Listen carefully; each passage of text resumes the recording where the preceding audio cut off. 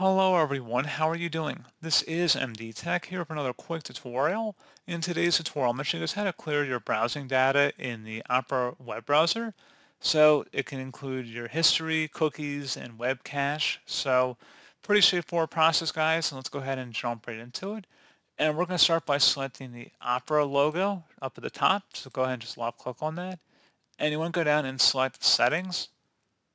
On the right side, underneath Privacy and Security, you want to select Clear Browsing Data, Clear History, Cookies, Cache, and more.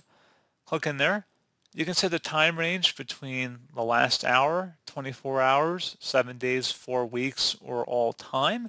And then you can select Browsing History, which clears history, including in the search box, cookies and other site data, which will sign you out of most sites, so you will need to enter back in your web credentials to get back into most websites if you have the second option here selected.